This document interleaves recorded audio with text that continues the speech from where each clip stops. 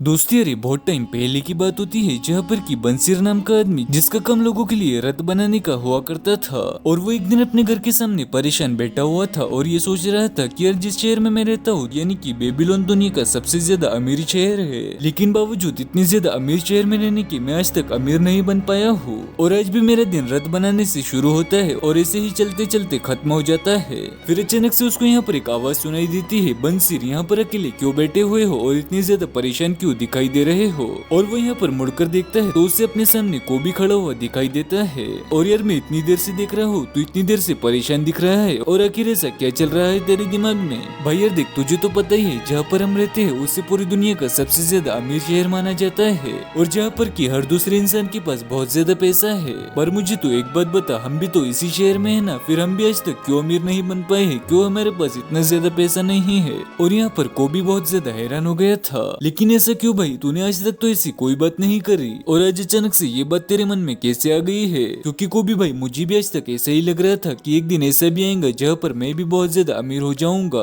और यार मेरा भी घर बहुत ज्यादा आलीशान होगा, लेकिन क्या करूँ यार, आज तक वो दिन कभी आया ही नहीं है। और ऐसी जिंदगी से मैं बहुत ज्यादा परेशान हो चुका हूँ। मैं दिन रात मेहनत करता हूँ और मैं सिर्फ इतने ही पैसे बना पाता हूँ जिससे कि मेरा घर बहुत ही ज्यादा मुश्किलों से चलता है। और मैं क्या करूँ यार, बस बहुत हो गया, अब मुझे भी अमीर बनना है। अब देख भाई यार, मुझे ऐसा लगता है कि तेरे इस सवाल का जवाब सिर्फ एक इंसान दे सकता है, अरकत। हाँ, अरकत ही तेरे इस सवाल का जवाब दे सकता है। और यार ऐसा भी सुनने में आया है कि वो बेबीलोन का सबसे ज्यादा अमीर आदमी बन चुका है और यहाँ तक कि वो राजा से भी ज्यादा अमीर हो गया है और हमें भी उससे जाकर कुछ सलाह लेनी चाहिए। और फिर अगले ही दिन यार बंसीर और को भी अपने दोस्तों के साथ उसके महल में चले जाते हैं और उससे मुलाकात करते हुए बताते हैं कि अरकत यार, तुम बहुत ही ज्यादा खुशनसीब हो कि तुम इतनी जल्दी इतने ज्यादा अमीर हो गए और इस पूरे बेबीलोन में तुम्हारे जैसा अमीर कोई नहीं है। तुम जो चाहे वो पहन सकते हो, अपनी मर्जी का खाना खा सकते हो और जहाँ चाहे वहाँ पर जा सकते हो और तुम्हें रोकने वाला कोई नहीं है। पर हमें देखो हरकत, आज भी हमें आम जिंदगी जीने के लिए बहुत ज्यादा मेहनत और मशक्कत का सामना करना पड़ रहा है और पूरे दिन मेहनत करके हम सिर्फ इतना ही कमा पाते हैं जितना कि हमारे अगले दिन का खर्च निकल सके। और हरकत यार, एक दिन ऐसा था कि हम सब एक ही समान थे और हम एक ही स्कूल में पढ़ा करते थे और हमारा खाना पीना भी यहाँ तक कि सेम ही हुआ करता था। और हम तो ये भी जानते हैं कि पढ़ने लिखने के मामले में तो तुम हमसे भी कमजोर हुआ करते थे। लेकिन हरकत यार, ऐसा क्या चमत्कार हो गया कि तुम इतने ज्यादा आलीशान घर में रहते हो और तुमने इतना ज्यादा पैसे बना लिया है। बताओ यार हरकत, कि हमने ऐसी कौन सी गलती कर दी कि हम इतने ज्यादा पीछे रह गए। तो यहाँ पर हरकत ने कहा, देखो इस पर मेरा बहुत ही ज्यादा सिंपल और आसान सा जवाब है। और इतने सालों में तुमने पैसे कमाने के नियमों को नहीं समझा तो तुम अमीर भी नहीं बन पाए। और यार दौलत कोई ऐसी भी चीज नहीं है जो कि तुमको रातों रात मिल जाएंगे और तुम इससे अमीर बन जाएंगे, लेकिन यार तुम्हें इसमें मेहनत, टाइम और चतुराई तीनों की जरूरत होती है। और यार हाँ, एक टाइम तो ऐसा भी हुआ करता था जहाँ पर मैं भी तुम्हारी तरह गरीब हुआ करता था और यहाँ तक कि मेरे पास तो खाने के भी पैसे नहीं हुआ करते थे। और शायद यार तुमको याद हो कि मेरा जो घर था उस टाइम पर उन लोगों की बस्ती में था जो कि उस टाइम पर बहुत ज्यादा अमीर हुआ करते थे और मैं रोजाना उनकी जिंदगी देखकर यही सोच में पड़ा रहता था कि यार ये लोग कितनी ज्यादा अच्छी लाइफ को जी रहे हैं और इनके पास कितना ज्यादा पैसा है, ये जो चाहे वो चीज कर सकते हैं, अपनी मर्जी का खाना खा सकते हैं, जहाँ चाहे वहाँ जा सकते हैं, अपनी मर्जी के कपड़े पहन सकते हैं और भी बहुत सारी चीजें कर सकते हैं। तो उस टाइम पर मुझे ये बात पता चल गई थी कि यार ऐसी जिंदगी पानी है तो पैसे तो जरूर से बनाने होंगे। और जैसे कि मैं उस टाइम पर एक आम व्यापारी का बेटा हुआ करता था तो इससे मुझे अपने परिवार से कोई उम्मीद नहीं थी। और फिर जब एक दिन मैंने ये डिसाइड किया कि यार अमीर बनने का तरीका मुझे खुद से ही सीखना होगा और ऐसे ही कोई मुझे आकर सिखा नहीं देगा और यार कुछ भी करके मैं इसे एक न एक दिन जरूर से सीख के रहूंगा। और शुरुआत में मैंने एक हॉल के अंदर स्क्राइब का काम करना शुरू किया था जहाँ पर कि मैं पूरे दिन मिट्टी के टैबलेट्स बनाया करता था। और ऐसे ही कई सारे दिन बीतते गए, महीने गुजर गए, यहाँ तक कि कई साल भी गुजर गए, लेकिन मेरे पास पैसे उतने ही आ रहे थे और मुझे जितने पैसे मिलते वो मेरे सिर्फ खाने पीने और रहने में ही निकल जाया करते थे। लेकिन यार फिर भी मेरी अमीर बनने की इच्छा कम नहीं हुई और मुझे ऐसा लग रहा था कि यार मैं एक दिन जरूर से अमीर बन जाऊंगा। और एक दिन मेरे पास अल्तमश नाम का एक आदमी आया और वहाँ पर अल्तमश उस इलाके का बहुत ज्यादा अमीर आदमी हुआ करता था और उसने मुझे उस टाइम पर 2 मिट्टी के टैबलेट्स बनाने दिए और उसने मुझे कहा, देखो मुझे ये मिट्टी के टैबलेट सिर्फ और सिर्फ 2 दिन में चाहिए और अगर तुम इसे 2 दिन में बना देते हो तो मैं तुमको 2 तांबे के सिक्के इनाम में दूंगा। और मैं यहाँ पर राजी हो गया था और काम पर लग गया था। लेकिन यार मेरे पास काफी ज्यादा काम होने के कारण मैंने वो टैबलेट्स को टाइम पर कंप्लीट नहीं कर पाया था। फिर जब तीसरे दिन अल्तमश आया तो अपने काम को पूरा न देखकर वो मुझ पर काफी ज्यादा गुस्सा करने लगा था और मैं वहाँ पर बहुत ज्यादा डर गया था और वो चाहता तो मुझे पीट भी सकता था।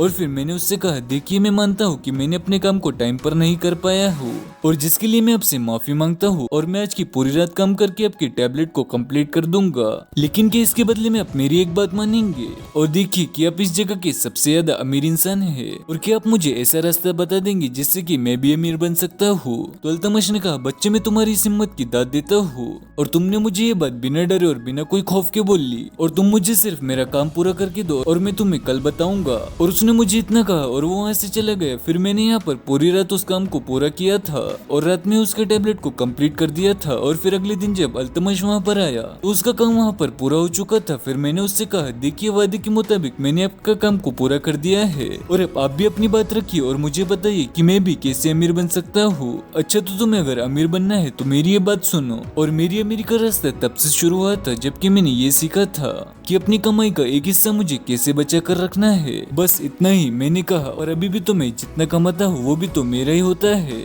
नहीं बेटा ऐसा नहीं है, जब भी तुम्हें भूख लगती है तो क्या तुम खाना खाने के लिए पैसा नहीं देते? जब भी तुम दर्जी के पास जाकर कपड़े सिलवाते हो तो क्या तुम दर्जी को पैसे नहीं देते? या फिर जब भी तुम किराए के घर में रहते हो तो क्या तुम घर मालिक को पैसे नहीं देते? तो देखो तुम यहाँ पर सबको पैसे देते हो सिर्फ और सिर्फ खुद को छोड़कर, और आज तक तुम सिर्फ और सिर्फ दूसरों के लिए कमाते आए हो और इससे अच्छा तो है कि तुम दूसरे के गुलाम बन जाओ। तो यहाँ पर भी तुमको रहना और खाना पीना तो मिल ही जाएगा। और यहाँ पर तुम कितने टाइम से यहाँ पर काम कर रहे हो और तुम अगर स्टार्टिंग से अपनी कमाई का 10वां हिस्सा सेव करके रखते तो तुम्हारे पास आज कितने पैसे हो जाते? जी हाँ बिल्कुल आप सही कह रहे हो और मेरे पास इससे बहुत पैसे हो जाते। और देखो जो पैसा तुम अपने लिए कमाते हो तुम्हारे बच्चे जैसा होता है, वो बच्चा जो कि तुम्हारे लिए काम कर सकता है और तुमको इसके बदले और भी ज्यादा पैसे बना कर दे सकता है। तो सबसे पहले तुम्हें अपनी कमाई का 10वां हिस्सा तुम्हारे लिए सेव करना होगा और तुम्हें सिर्फ अपनी जरूरत के हिसाब से अपने पैसों को खर्च करने हैं। और मैं अगले साल फिर आऊंगा और तुम्हारे हाल चाल लूंगा। और उन्होंने मुझसे इतना कहा फिर वहाँ से चले गए थे। और फिर उन्होंने मुझे जैसा समझाया मैंने बिल्कुल वैसे ही किया था। मुझे जैसे ही अपने पैसे रिसीव हो जाते उसका 10वां हिस्सा मैं अपने लिए पहले ही निकाल कर रख लिया करता था।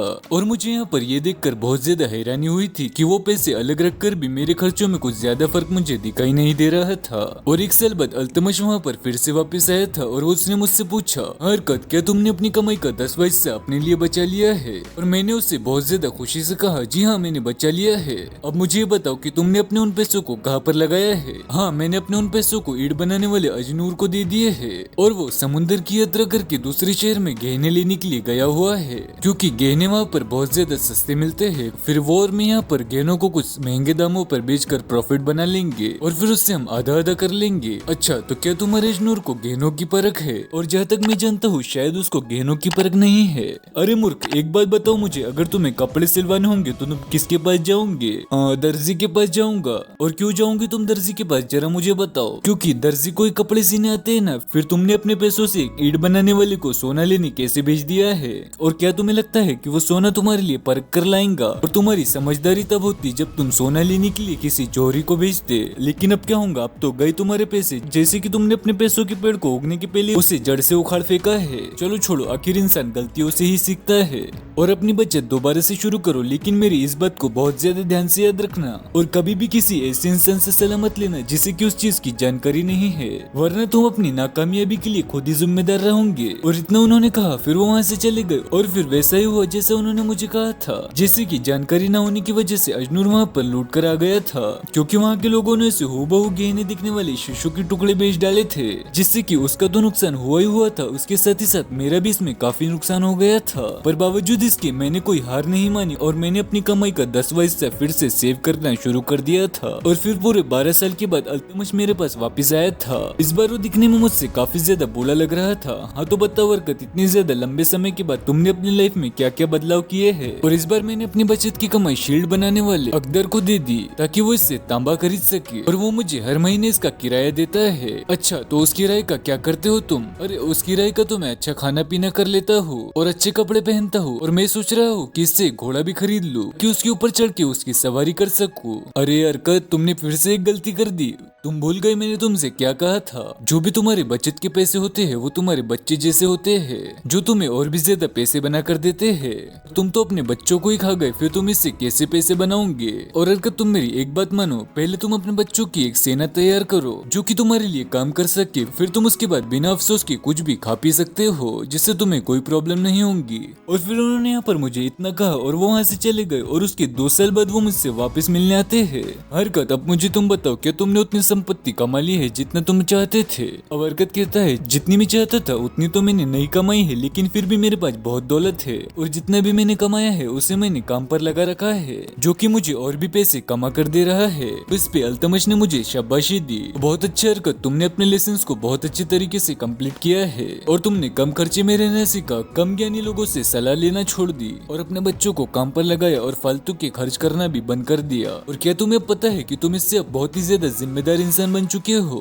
तो अब मैं ये सोच रहा हूँ कि जितनी भी जमीन मेरे पास है उसमें से कुछ जमीन की जिम्मेदारी मैं तुम्हारे हाथ में सौंप दूं। और जैसे कि तुम देख ही रहे हो कि मैं काफी ज्यादा बूढ़ा हो चुका हूँ और मेरे दोनों बेटे तो सिर्फ अपनी संपत्ति को खर्च करना जानते हैं और इसीलिए मैं ये चाहता हूँ कि तुम मेरे हिस्सेदार बन जाओ और मेरी जायदाद का कुछ हिस्सा अपने पास रख लो। तो मैंने उनकी ये बात को भी स्वीकार कर लिया था और जिससे मैं धीरे धीरे और भी ज्यादा अमीर बनता चला गया था। और ये सारी चीजें सुनने के बाद हरकत के दोस्तों से कहते हैं, यार हरकत, तुम तो बहुत ही ज्यादा खुशनसीब हो, उसने अपनी जायदाद का इतना बड़ा हिस्सा तुम्हें दे दिया। और हरकत उन्हें कहता है, देखो जो सैक्रिफाइसेस मैंने अपनी जिंदगी में किए हैं वो हर कोई नहीं कर पाता और सिर्फ ये तो मुझे ही पता है कि मैंने अपनी कितनी सारी इच्छाओं को मार दिया था। और उस टाइम पर मेरा भी बहुत मन करता था कि मैं ये खरीदूं वो खरीदूं, लेकिन मैंने अपनी सारी इच्छाओं को साइड में कर दिया था क्योंकि मुझे अपने आप को इस पोजीशन पर देखना था जहाँ पर कि मैं आज हूँ। तो उसके दोस्तों ने अब उससे कहा कि हरकत, अब तुम हमें क्या सलाह देते हो। वे सबसे पहले अपनी कमाई का 10वां हिस्सा अपने पास बचा कर रखो। दूसरी सलाह ये है कि तुम अपने उस बचे हुए पैसों को कई अच्छी जगह पर इन्वेस्ट करो कि वो तुम्हें इससे और पैसा बना कर दे।